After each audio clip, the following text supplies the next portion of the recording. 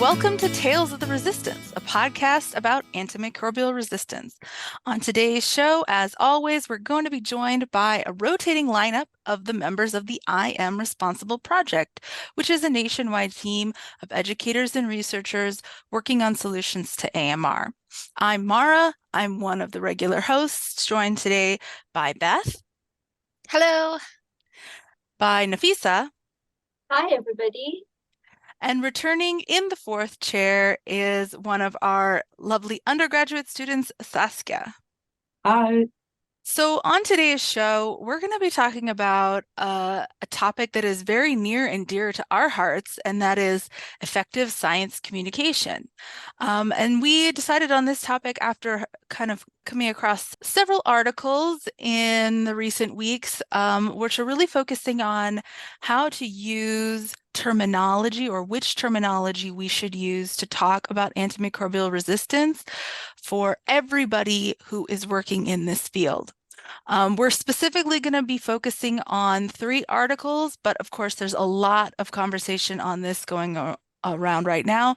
The ones that we are focusing on for today are One Health and Antibiotic Resistance in Agroecosystems by Lisa Durso and Kimberly Cook.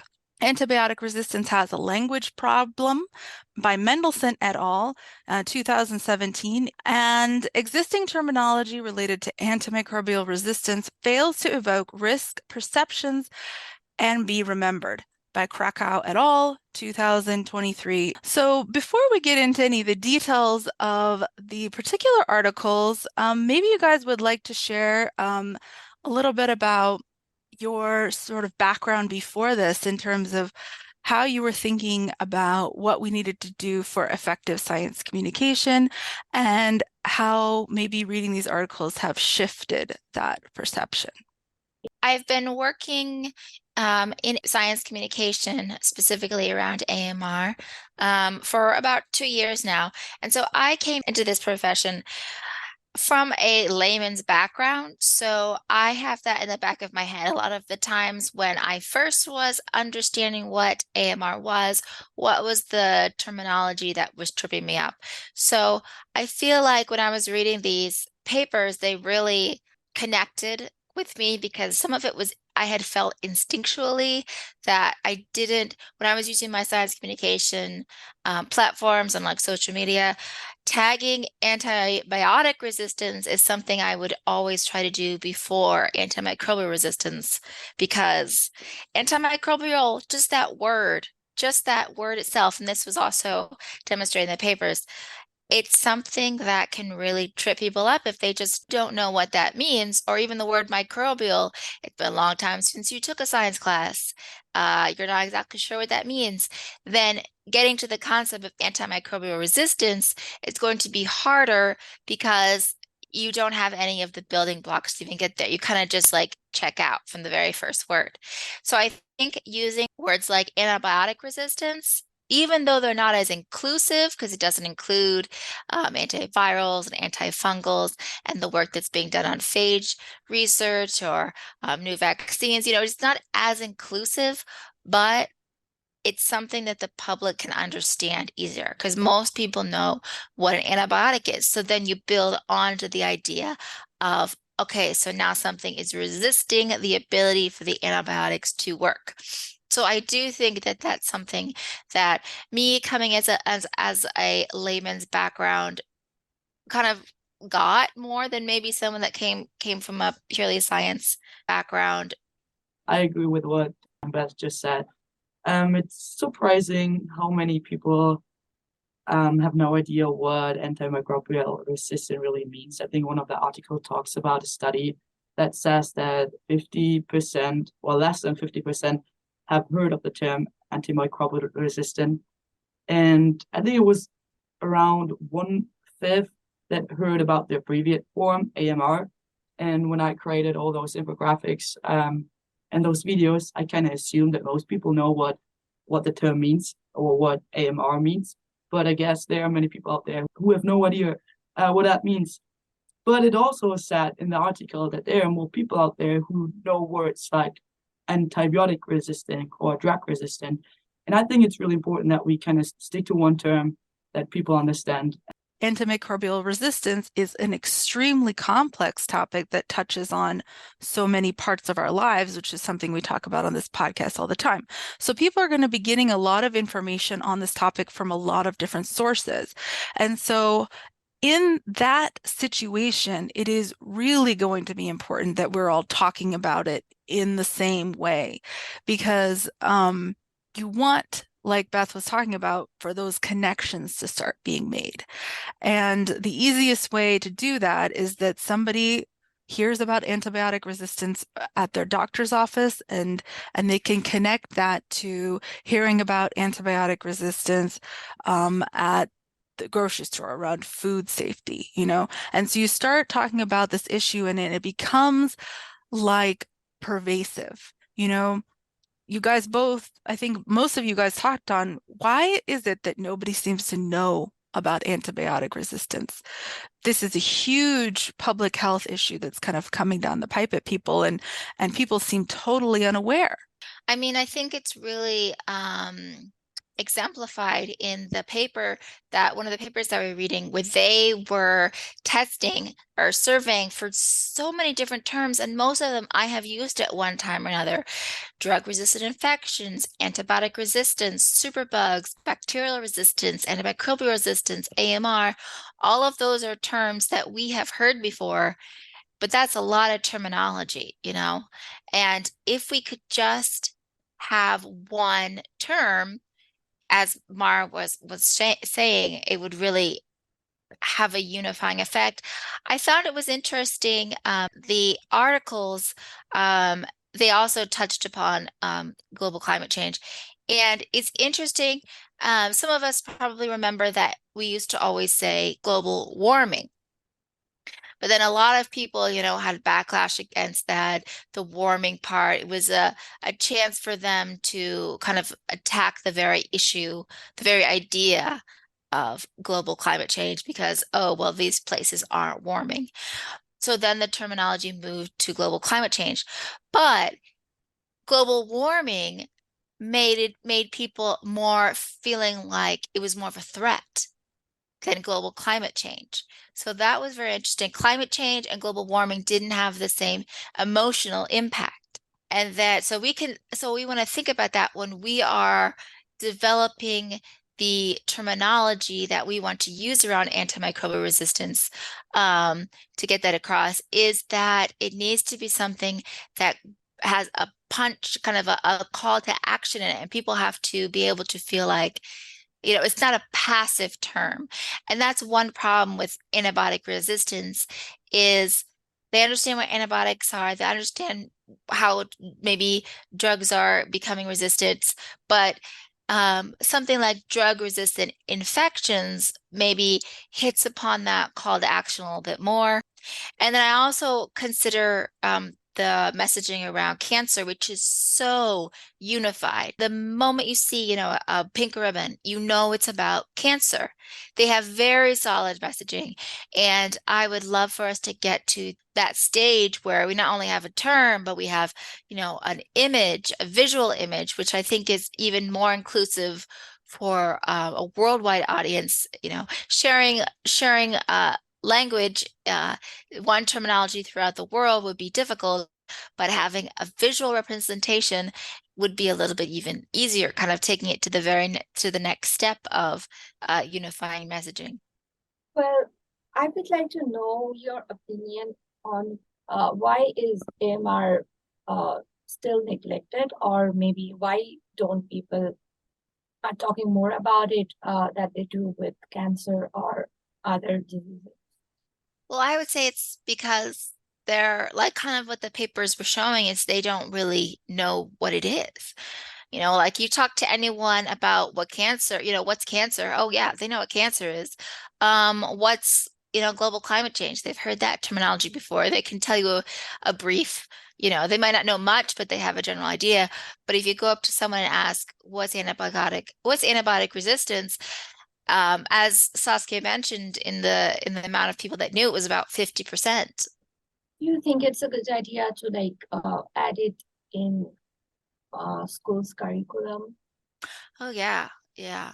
That's very important. I mean, reaching that youth, it should be definitely in high school curriculum. I think it can start to be touching on even younger than that. I mean, we at the AMR I Am Responsible project had developed a curriculum to start introducing the idea at the elementary level of AMR.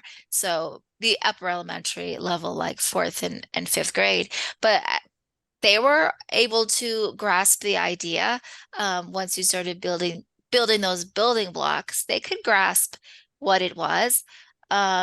So high school level, college level, certainly should be incorporated in our education system. I remember, Saskia, you mentioned something about this. Saskia is from Germany, and your education system, it seemed you could expand a little bit more on this, but it seemed like you already had some of those educational exposure. Yeah, I think we in Germany doing a great job learning more about the issue. I mean, before I came to the United States, I knew about the issue and I kind of understood the topic, but we never really put a word to it. Like I said, I simply didn't understand the term itself, but Mhm. we know that it is not good to take a lot of antibiotics or unprescribed antibiotics. And if you're sick and a doctor prescribes you this kind of medication, it is important that you complete the whole course of medication. We knew about all of these issues, but I've never heard that word before. Yeah, it is same to my country also. Before I learned about it during my undergrad years. Before that, I already knew. I had the idea, like what Saskia said, that we knew that it's bad to take antibiotics more than you need or less than the prescription rate or amount. So it's the same, but I didn't know the actual terminology before I learned it in my class. Yeah, I would totally agree with that. Like we understood the issue and we were aware of the issue, but we didn't have a word.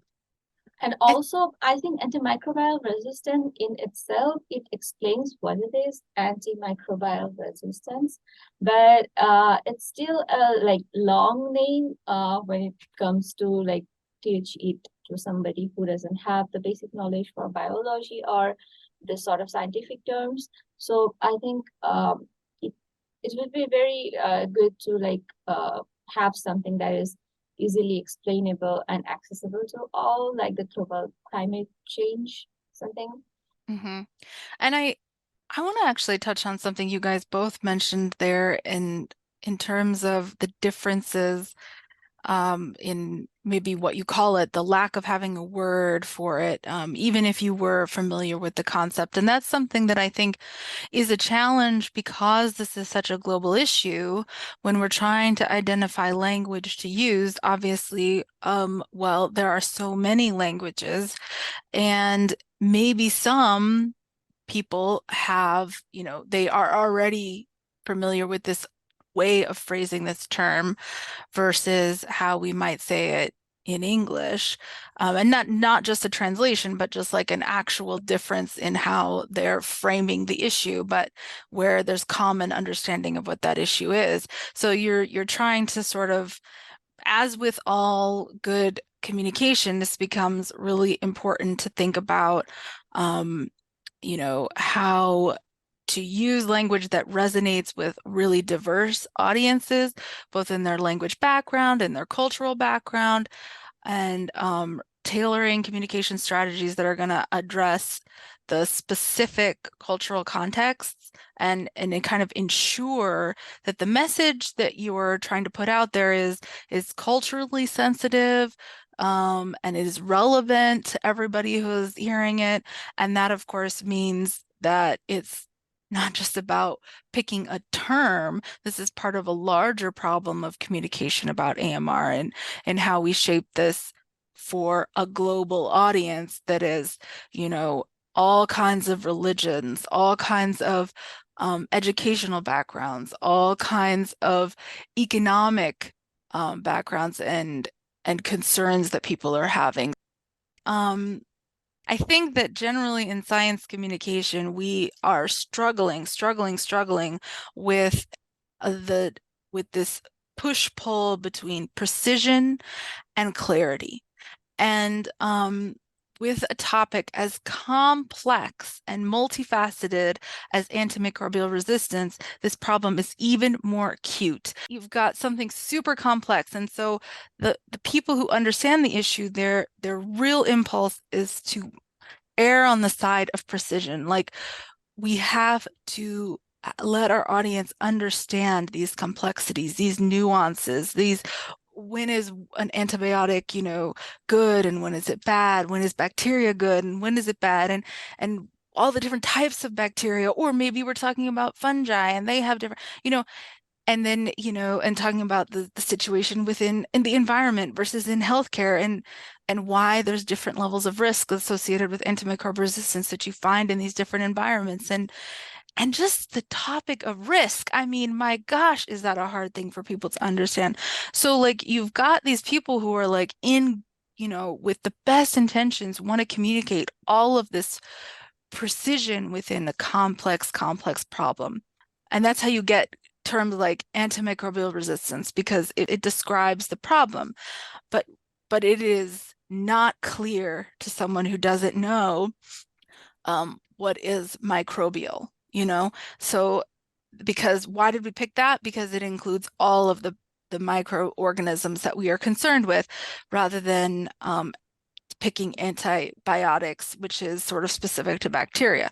But, this fundamental push-pull between clarity and precision, I think it's going to be hard no matter what scientific topic we're talking about. But I think that that's something we always have to keep in mind when we are thinking about science communication is I have all of this information, and I know if I'm talking to a fellow scientist or a fellow expert, that I want to be as precise as possible so that I am being, correct and measured in what I am saying.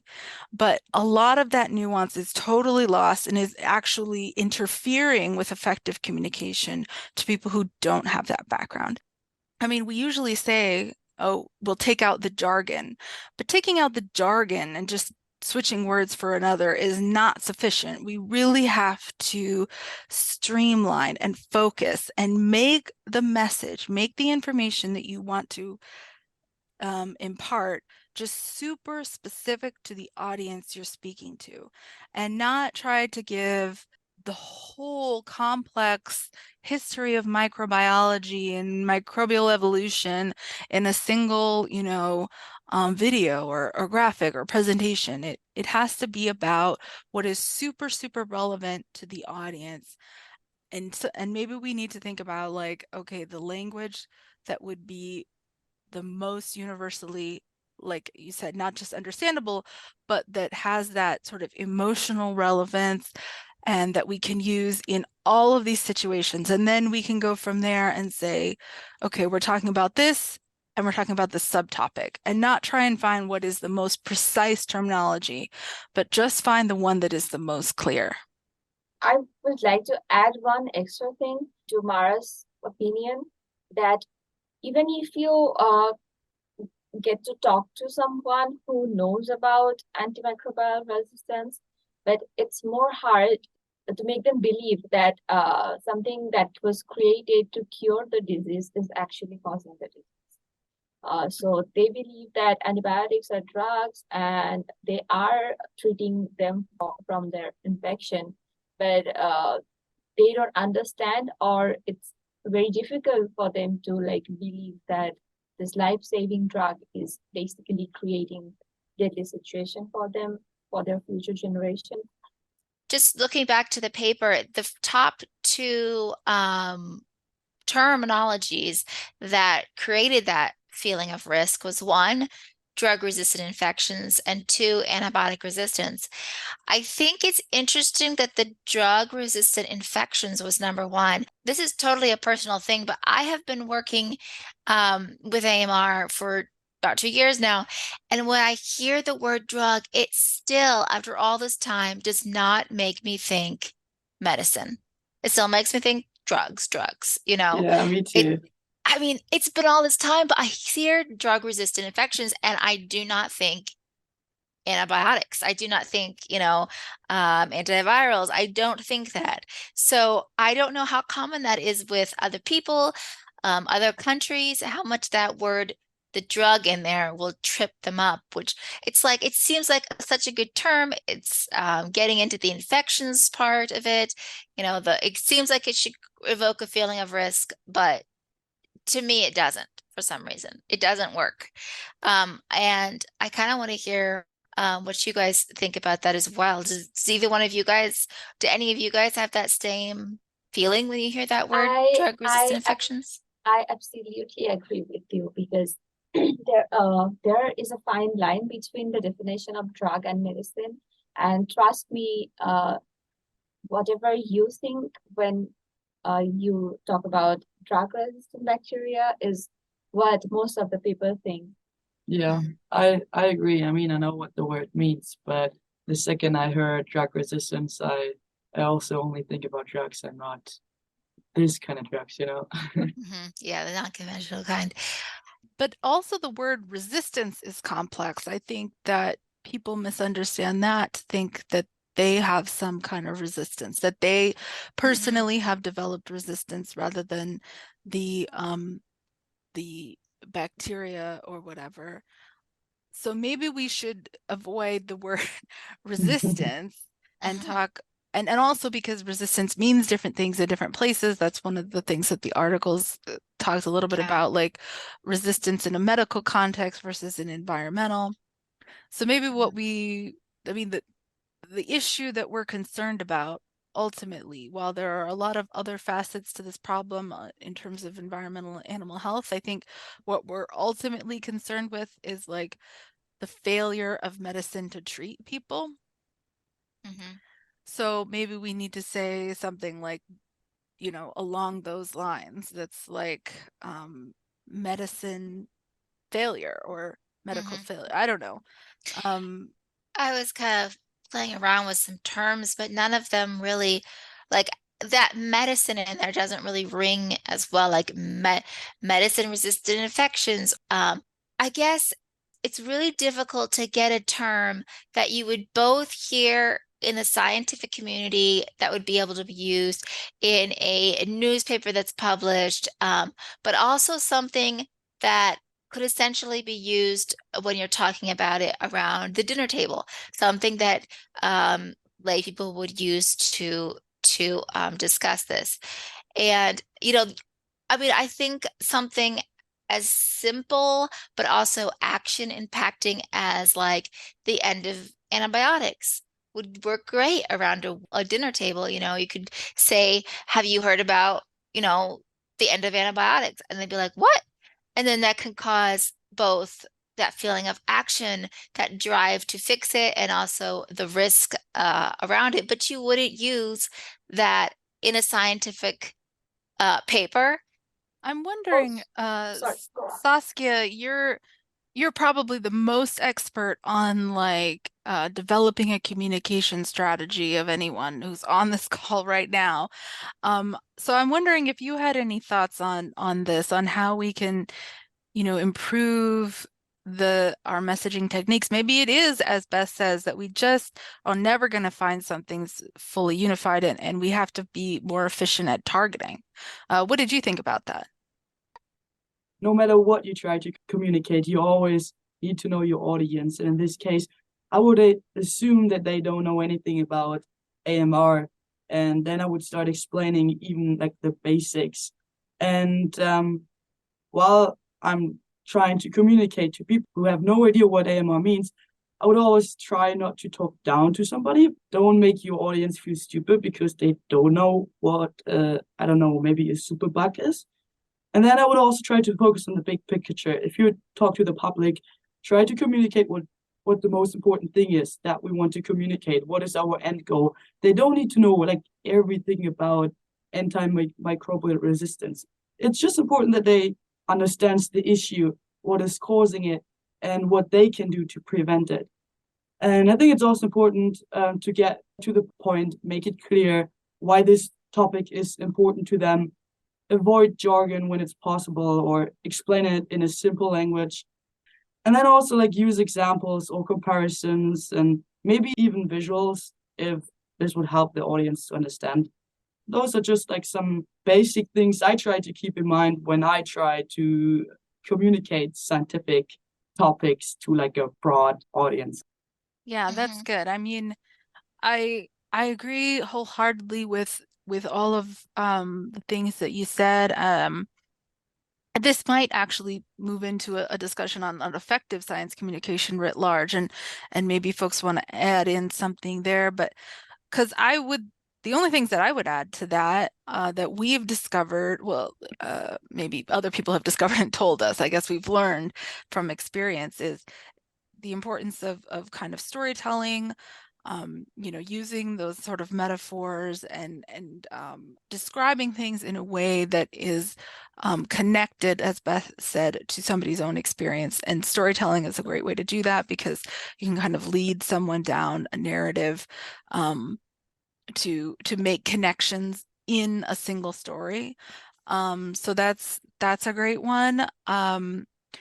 As with everything that we talk about with science communication and education, outreach, all of that writ large, it's really, really going to be important that you have established trust between yourself and your audience. And that's hard to do. I know that we've talked a little bit maybe in the podcast before about mechanisms for building trust. And some of that comes with expertise, but people are less and less maybe inclined to trust someone just because they are an expert in something. So a lot of times that comes down to, you have to demonstrate either that you have a lot of similarity to your audience so that they trust you as one of them, as an in member of a group or something that they have close identity with, or that you can demonstrate that you have their best interests at heart. You have to lead with a lot of empathy in your communication.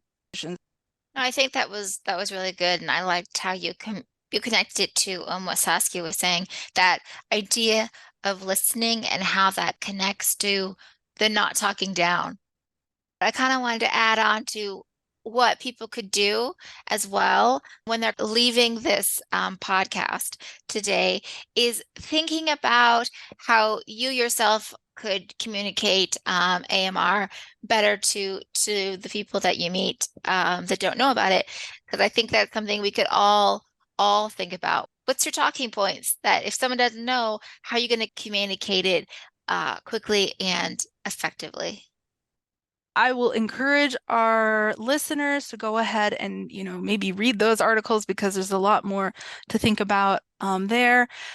And we're continuing to sort of develop our best methods for communicating on AMR. So we'll probably leave it there for today, but thanks everyone for such a wonderful discussion. Look forward to having many more on this and other topics related to antimicrobial resistance, or maybe we should say the end of antibiotics.